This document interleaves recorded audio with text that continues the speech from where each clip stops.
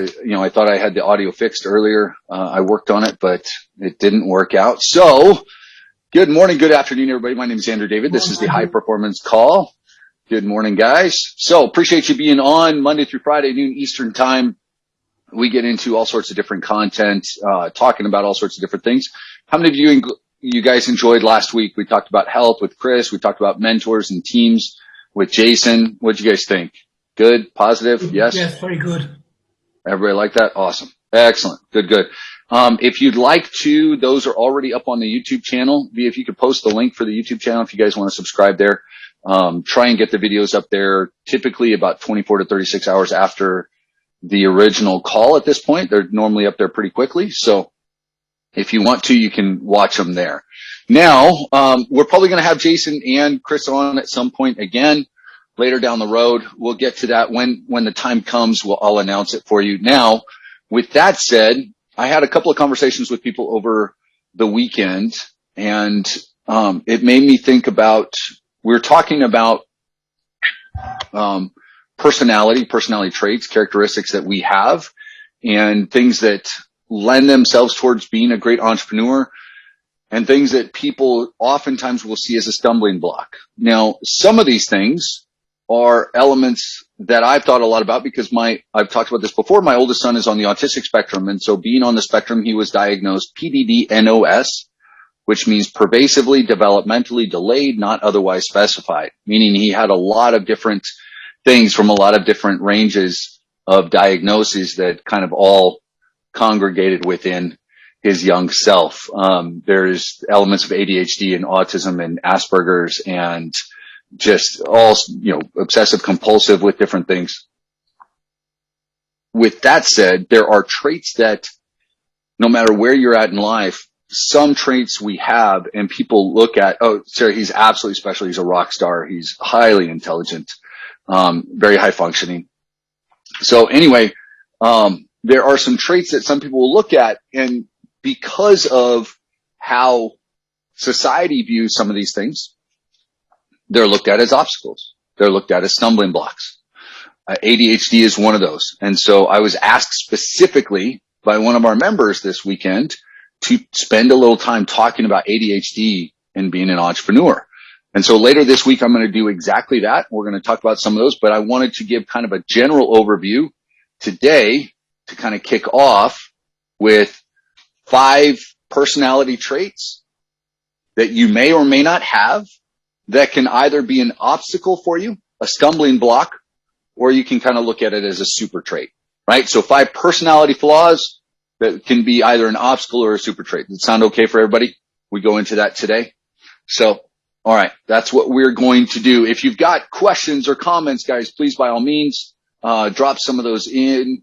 OCD and all of those things. Great. So we're going to talk about some of those, throughout the week today. So first one that I want to talk about when we look at personality flaws, stumbling blocks or power traits is what I'm kind of defining them as. Number 1 is a problem with authority. And so I want to hear you guys as you chime in. Let me know if any of these kind of speak out to you. How many of you guys think throughout your life you've kind of had a problem with authority? Now, it may not be that you're out being a rebel, that you're going crazy, that you're doing all sorts of nutty things. Problem with authority, one way it kind of shows its head, reveals itself, is you can't follow directions. You don't like following directions. You get impatient with how they tell you should do it, right? Some of you guys experience that. You come in and you go through and you go, well, I know Blake's got it set up like that, but I want to do it like this, right? You may have experienced that in jobs. It may be in a relationship. Someone tells you, well, I'd really like it if you did it this way. And you go, well, but I don't want to do it that way. There's an easier way to do it, or I'm going to find a different way. Or that may be how you want to do it, but I do it like this. Some of you guys that, with math tests, think about that in school, right? You would finish the test and you go, how did you get to that answer? You go, I don't know. It had nothing to do with the regular equation, but you figured it out, right? So a problem with authority. Now, here's where it can be an obstacle.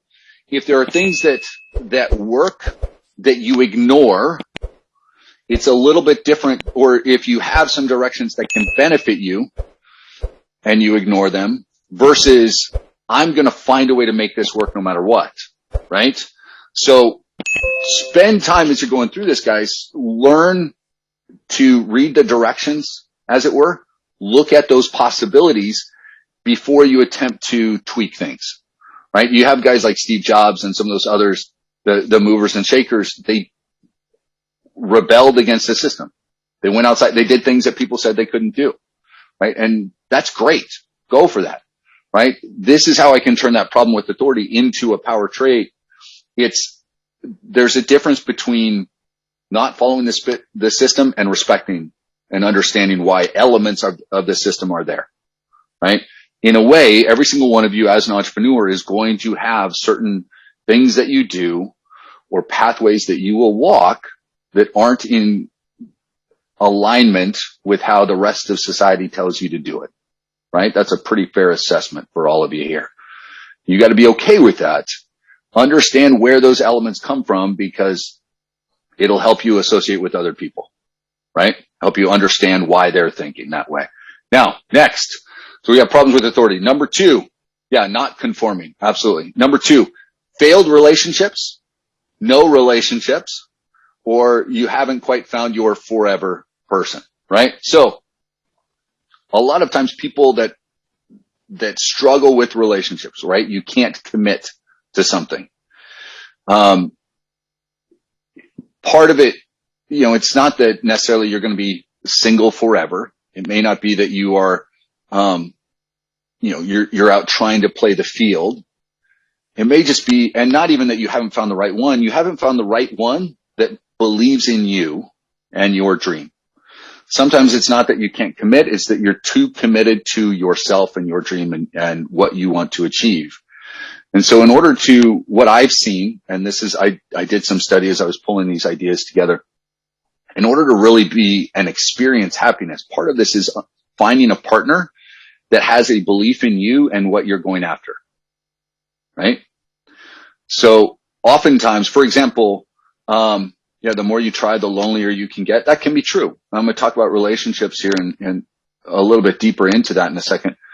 But when we're talking about like that intimate relationship, that partner that's going to be with you, Ernie, that's fantastic. If you've got someone that's going to follow you along with that, and part of this becomes their belief in what you do. Now, for women out there, there's the whole men are from Mars, women are from Venus. And yes, there's always the outliers and blah, blah, blah. You may think like this and you may think like that. Go out and study the different love languages, decide how you are. But one quick thing about men, especially men that are entrepreneurs, is that you are in this state oftentimes where more than hearing the words, I love you, there is a desire to be acknowledged for what you've done, that what you've done is going the right way, that you've done something positive.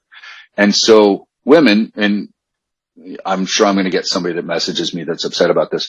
What a lot of times happens is say, honey, you did great, but you missed this and this and this.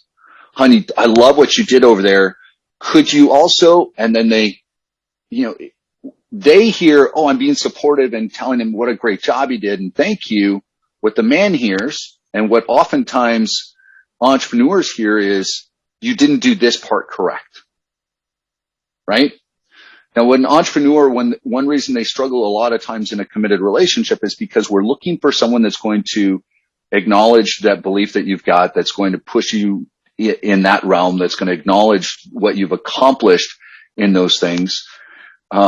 Because if there is, and this happens for a lot of people, if there is but you missed fill in the blank, when that is being said, what we hear is, I'm not enough or I didn't do enough, right? And so a lot of times an entrepreneur, if they're in this situation with relationships and maybe you've had a number of them, find that one that's going to acknowledge your goals and your beliefs and your dreams and help push you towards that. And maybe they're kind of aligned with that as well. A lot of times entrepreneurs are fantastic in I'm chasing my dream and you're chasing your dream and we just have these big dreams and we're chasing together. I don't need to be doing exactly what you're doing. I just need to support you in that, right? a lot of times entrepreneurs, this is just what I've seen, and I'm not a psychologist and I haven't done the extensive studies. This is just what I've kind of researched on my own and have found is there is an ability, almost a need to, or a comfort level being alone as an entrepreneur. As long as I can like check back in with that person that's supporting me as well. Right? If that makes sense. This is kind of what I felt. So if you agree, don't agree, by all means. And there's a ton of chats, and since I'm on my phone, guys, it's kind of hard for me to follow them along. So I apologize for that. But relationships, inability to connect may be part of this, that if focused the right way, if you find that right partner, can be a fantastic thing, because it's not that you're not committed to anything. It's just that you're committed to yourself and your dream more. Next, being an introvert, a hermit, or a recluse. I talk about this a lot. If you're quiet, if you're introverted, if you're not a social butterfly, it doesn't mean that there's anything wrong. A lot of entrepreneurs are kind of aligned that way.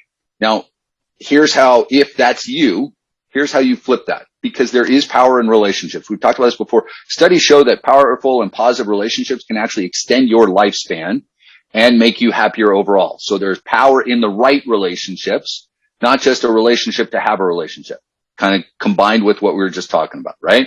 So the right kinds of relationships. So this goes to what Jason and I were talking about last week with mentorships and team building and everything else. So having the right relationships is part of this. But understanding that even if you are an introvert, you can become, like I've talked about, being situationally extroverted. So in the right situation, when the need arises, I can be a little extroverted. I can put that energy out there. But there can also be power in sitting back, observing, planning, and executing, watching what's going on, right? I don't need to be in the midst of everybody else, with, pats on the back for whatever, for simply being there and shooting the breeze and talking about all sorts of nonsense.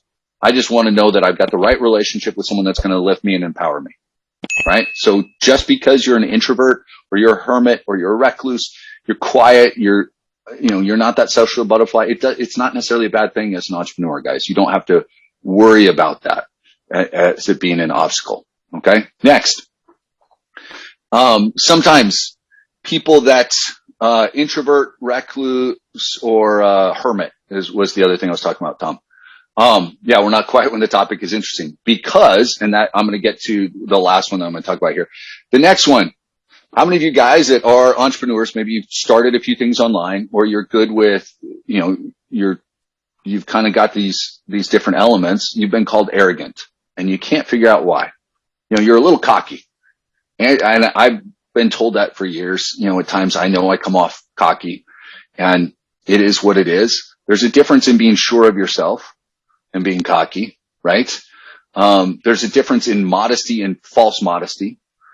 There's a difference in a belief in yourself and a system and a dream and what you're pursuing versus overpowering someone with cockiness and arrogance. Arrogance, and confidence, what we want to, if you've been told you're arrogant, so I don't want you to necessarily have arrogance, but we're looking for that confidence in yourself and your dreams. And part of this is people are told so many times in society and school, especially if you are really religious, you want to tone it down to appease others. You want to not be as flamboyant or as boisterous or as self-assured about things. You want to keep your head down and just listen to your elders and do everything that you should. In my point of view, I can be who I'm going to be, and I can believe in my journey, and I can believe in those things without being selfish and cocky and arrogant. Cocky and arrogant to me means I'm better than you.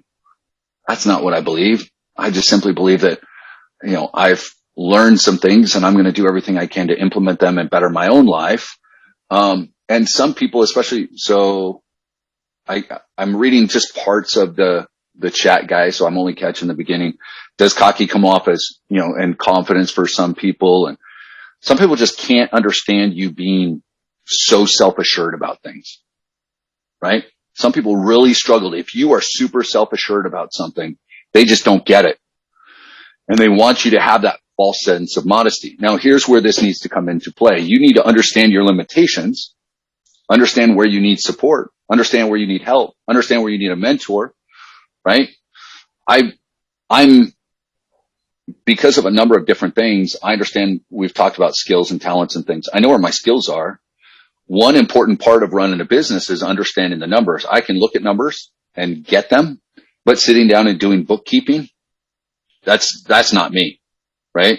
I'm never going to walk into that world and be cocky and arrogant about that. The overall picture, you want to talk to me about that. You want to talk about marketing. You want to talk about other things. There are places where my confidence is there, and others where it's not, right? But I also don't need to, put my head down and pull my shoulders together just to make someone else happy, right? So if you have that self-belief, there's nothing wrong with it, guys.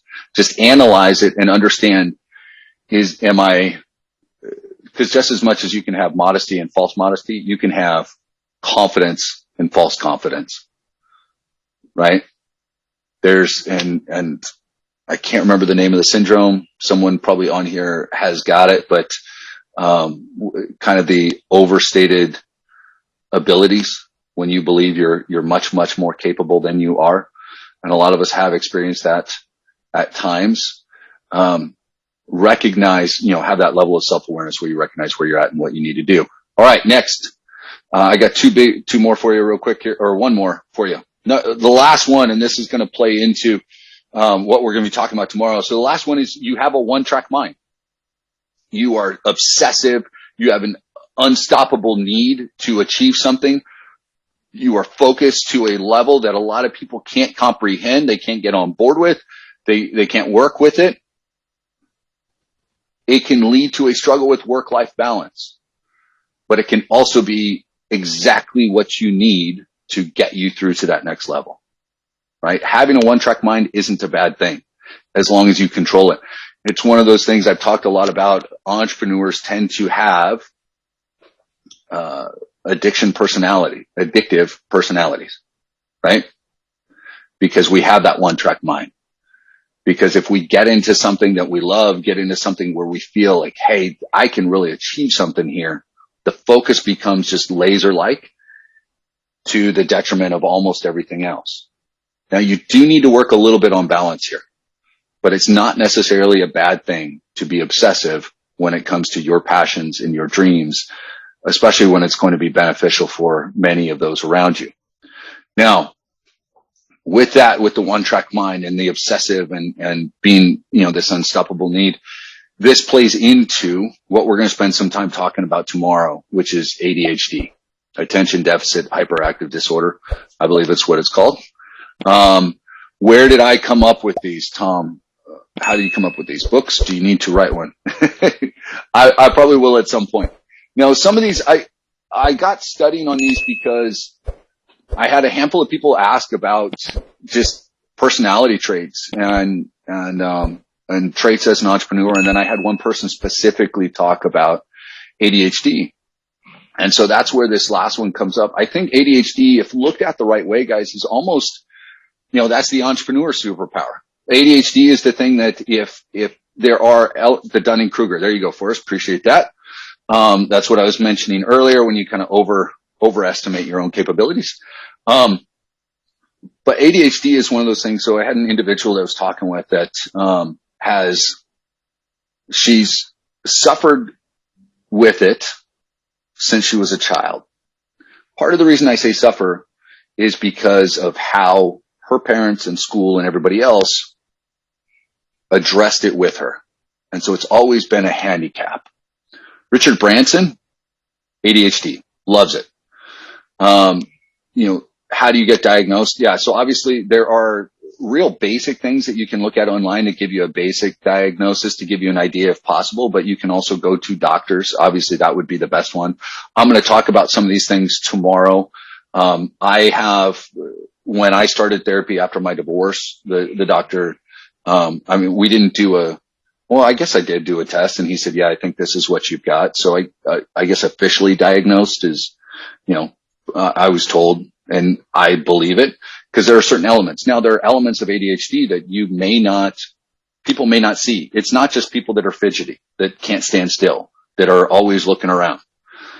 There are a lot of things that are involved with ADHD, and I'll spend more time talking about it. But so my friend has struggled with this her whole life and was on meds, right? Because that's the typical response for doctors when kids get diagnosed. Well, we want them to sit still in school. And we could get into all sorts of conversations on, trying to force 6 to 10-year-olds to pay attention for 8 hours at a time when us as adults can't do it, right? We're able to get up, walk away from our cubicle, do all sorts of other things much more than children are, but yet we expect them to. So without getting into a conversation of that, she spent her whole life diagnosed this way and on meds, on Adderall for her. And there's Ritalin, there's other things that they'll put you on, but when she's off, she struggles. And part of the reason that she struggles is because she's created this idea that that's the only way that she can function. And then her and her husband have a business and they became an entrepreneur. And her role was the bookkeeping side, the accounts. But she's got huge ADHD problems. How well do you think she did on the bookkeeping? How much of a struggle was that between her and her husband? Right, guys, there are ways that this can be incredibly beneficial if you understand it and you understand where the obstacles lie. You understand where where you can utilize some of the traits that are involved with ADHD or any of these personality traits as an entrepreneur. It all depends on how you look at it. It really does. So if you're walking through your days and you're going, I struggle with this, I struggle with that, I struggle with this. Yeah, ADHD, it used to be called ADD. ADHD came about in the late 80s, I believe, is when that term first came up. And I am gonna, if you guys think, like, I've got some cool things that I was studying about this. I think it's a pretty cool training because so many of us have some ADHD. Would you guys be okay if I talk about that tomorrow? And some of those traits? Okay, good. Yeah, I'll look for some school teachers that deal with it. But here's the thing about ADHD that I found with just a little bit of study. There's over 10,000 plus scientific papers out there that talk about the negative effects of ADHD. There's thousands and thousands of papers that talk about the negative effects of any of these things that I just talked about today, being too introverted, being too obsessive or with a one-track mind, being like there's all sorts of articles you can look up about how these things are so negative. There's very few things that talk about how they can be a benefit to you in your life. One thing you guys have to remember is that we all know we have weaknesses. The key is looking at those and finding out how I can either turn them into a strength or what strength I can develop in order to overcome that. Because everybody else is going to tell you why you suck. Everyone else is going to tell you why you can't do it. Everyone else is going to tell you why it doesn't work. I don't need to listen to them. I don't. Look, between us guys, all right. So hold on for a second. I'm going to wrap up the recording. Guys, study out your traits. Figure out where you're at. Don't be overwhelmed if something feels like, oh, this is just too much.